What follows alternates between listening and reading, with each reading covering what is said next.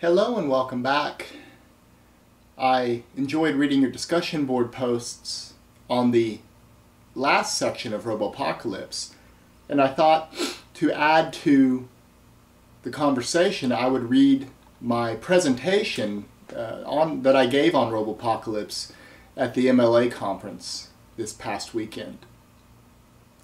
Before you listen to the presentation, I want to say that if you haven't finished, if you're a little bit behind, don't watch this video yet because it will spoil the whole novel for you. So I would rather you take a little extra time to finish the assignments and turn them in late and then view this, than, you know, have the ending of the novel ruined for you. But if you have finished the novel, I think hopefully what we'll be able to do for the very last assignment on the 11th is to just have you respond to this presentation, right? So you can either agree with me in places, feel free to disagree with me, or bring up points that I wasn't quite clear on, or that didn't quite make sense. So for Friday, the last day of the class, your assignment is just to respond to this presentation. So I'll go ahead and start. The title of my presentation is called Osage Posthumanism and Daniel H. Wilson's Robopocalypse. So Daniel H. Wilson's first book, How to Survive a Robot Uprising, was published in 2005. In 2011, this citizen of the Cherokee Nation published Robopocalypse, a novel. It was a New York Times bestseller and is the basis for a movie to be directed by Steven Spielberg and released in 2014. The novel is stylistically postmodern in that fragments of texts collected by Central Robotic Intelligence, ARCOS, are used by Cormac Wallace to construct the narrative of the robot uprising against humanity. In an interview, Wilson explains the influence of classic science fiction and his education. He holds a PhD in robotics from Carnegie Mellon. In another interview, Wilson explains why he chose an Osage police officer, Lonnie Wayne Blanton, and his son, Paul Blanton, a soldier serving in Afghanistan, as important characters for his novel, and why a large part of the novel is staged as a resistance by the Osage Nation. He says that, quote, "Growing up as part of the Cherokee Nation, I always felt that even if the wider world were to crumble, the nucleus of these tribal communities would hold firm. That's why in Robopocalypse the Osage Nation keeps operating as a bastion of humanity in the face of a total government meltdown." End quote. I argue that Osage ways of knowing also resonate with elements of the novel, even if Wilson may not be completely aware of them. By drawing on the work of Osage theologian George Tinker, along with Carrie Wolf's recent work on posthumanism, I make the claim that the novel shows us the possibility of robots possessing indigeneity. And so here are the major spoilers. The major spoiler here. 902, the robot who is given self-awareness and destroys the evil Arcos at the end of Robopocalypse, is indigenous. Arcos is also indigenous.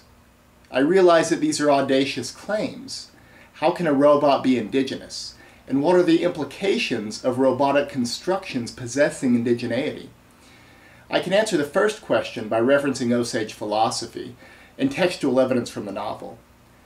The second question, however, I will only be able to start an answer to. And this post-human indigeneity is just one way in which Wilson's work continues the tradition of indigenous futurism. So before I begin to explore the audacious claim of robotic indigeneity, I want to make a quick comment on my title, Osage Posthumanism and Daniel H. Wilson's Robopocalypse. By using the conjunction "and," I'm signifying that one tribally specific way of knowing that can be best described as Osage posthumanism resonates with certain passages in Robopocalypse. This is why I choose to use "and" instead of "in." I certainly don't argue that Wilson is aware of this, or that the book contains Osage philosophy proper. Wilson's expertise is in robotics, not indigenous philosophy.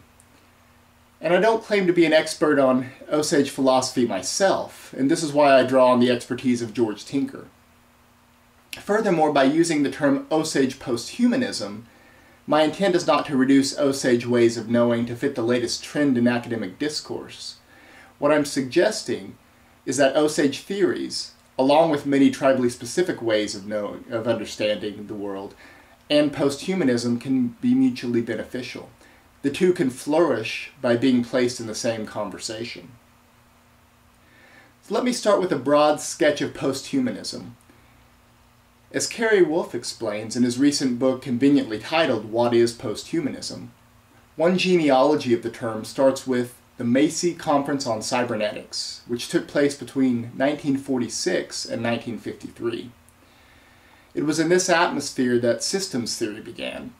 At this conference, Wolf continues, the participants were concerned with finding a, quote, new theoretical model for biological, mechanical, and communicational processes that removed the human and Homo sapiens from any particularly privileged position in relation to matters of meaning, information, and cognition, end quote. It is an understatement to call this an ambitious undertaking. Posthumanism has then, from its early inception, attempted to altogether escape anthropocentrism in human semiotic systems. In this line of inquiry, it is safe to say, can benefit from many indigenous ways of being and knowing.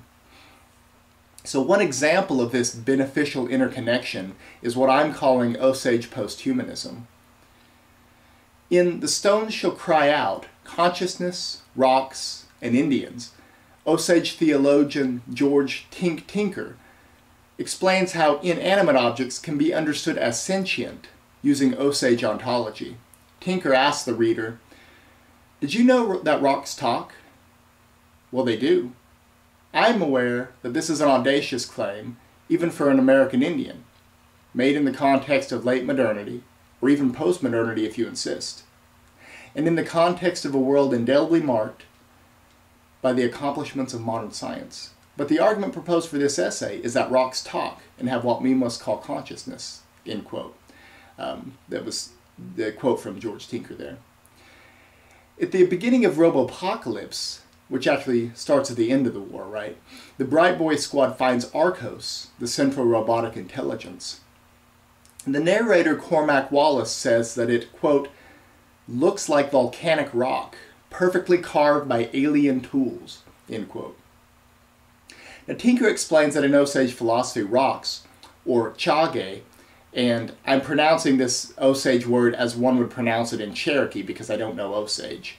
But he says that the chage are the, quote, oldest living beings, and in fact are referred to as grandfather, right, as being a relative, an old relative.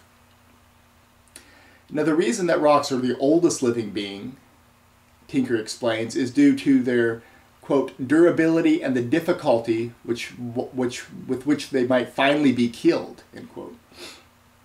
So further reason for us to think of the self-aware robot in Robopocalypse, the self-aware robots, both Arcos and 902 as indigenous, is the explanation of them as always being there. As Wallace recounts in the history of the war that he gleans from Arcos, right, Professor Nicholas Wasserman tells his newly sentient robot Arcos, quote, everything that was needed for you to come here has existed since the beginning of time, end quote. And here then, the Arcos, like the Osage chage rocks, Arcos is very old, able to talk, and possessive of, as Tinker would say, what we must call consciousness. Arcos says something very similar to 902 at the end, right? He says, and I quote, all the pieces needed to make you were available. I simply put them in the right combination, end quote. So these robots, then, like the Osage conception of rocks, existed since the beginning of time and are indigenous. Now, Tinker's use of rocks as an example is fortuitous because they have famously been used in continental philosophy as a way to distinguish living from non-living. Heidegger argues that animals, and he gives the specific example of a lizard, that they are poor in world, while rocks have no world at all. Rocks, then, in Western traditions, have no access to the as such. So Tinker is not only explaining Osage philosophy regarding so-called inanimate objects, but he's creating a space for Osage modalities over and against more dominant philosophical traditions. Now, it is true that talking rocks can be seen as more anthropocentric, right? Indeed, as anthropomorphic. But this is coming from an Osage worldview privileging relationality over categorical difference. And Tinker argues that his claim about rocks having consciousness is less of an audacious claim when one realizes that many indigenous epistemologies are, quote, predicated on interrelationship rather than on descent or hierarchy of any kind, end quote. So Arcos early on echoes this same realization, right? Arcos says to the professor, quote, "The truth knowledge is not in things, the things which are few, but in finding the connections between the things," end quote. And this is further evidenced in the novel by the description of the different iterations of the safety and pacification robot that Paul Blanton is responsible for, right? It's perceived as being the same by the Afghani people, no matter how many parts are replaced, because of its consistent interactions and relationships with the people. So what does this all mean for a reading of Robopocalypse, for a reading of the whole novel? Now, we do have some problematic things going on in the novel. The protagonist is a white male soldier, but he's also only one part of the story, and of course he's the one that transcribes it. And there is an odd dances with wolves trope going on with a young Cherokee troublemaker who ends up leading the Osage youth only after receiving a ceremony from Lonnie Wayne to prove himself a man. So if Cormac turned out to be the savior of mankind, this would hardly be surprising. If the Cherokee character were the hero, it would give us an unfortunate intertribal dances with wolves, or since this is science fiction, perhaps Avatar, or what I've heard called Dances with Blue Smurfs on the Moon is a better example. But the problem is that the Cherokee man becomes the best Osage, right? But the savior of humanity, as I mentioned in the spoiler, right, at the beginning of the presentation, turns out to be the newly self-aware robot 902. And by using George Tinker's argument about rocks, I hope to suggest the possibility that the robot is indigenous. Now, of course, it's likely based on the textual evidence of the novel that Arcos is also indigenous. So the implications of robotic indigeneity here are many. But one of them is to show how technology and tribal culture are not antithetical. That an assumption in the genre, which is an assumption in the genre of science fiction. Robopocalypse gives us an understanding and potentially wide-reaching example, due to its bestseller status and the upcoming movie, of indigenous science fiction. And as Grace Dillon explains in her recent anthology, quote, "Indigenous scientific literacies represent practices used by indigenous peoples over thousands of years to re-energize the natural environment, while improving the interconnected relationships among all persons, animal, human, spirit, and even machine."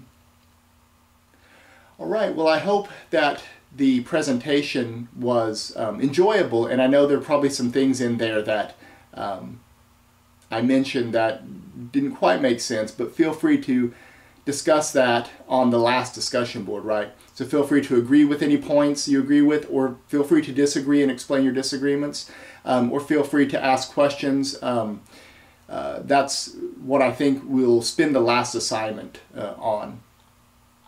I've really enjoyed this class, and I hope you all enjoyed taking a little bit of a taste of indigenous science fiction. There's much more out there to explore, And feel free to shoot me emails after this semester, this intercession semester ends. I would love to keep in touch with you all and share, so we can share perhaps different stuff we find that would fit in this category of indigenous science fiction. All right, I'm going to go ahead and sign off for now, and I will see you guys. I won't see you guys, actually. This will be my last video. But if you do see me on campus, feel free to stop me, throw something at me if I'm not paying attention, hopefully something not sharp. Sometimes I'm in my own little world, so feel free to stop me and say hi, and I'd be happy to talk to you. All right, hope you guys have a good spring semester, and I'll see you around campus.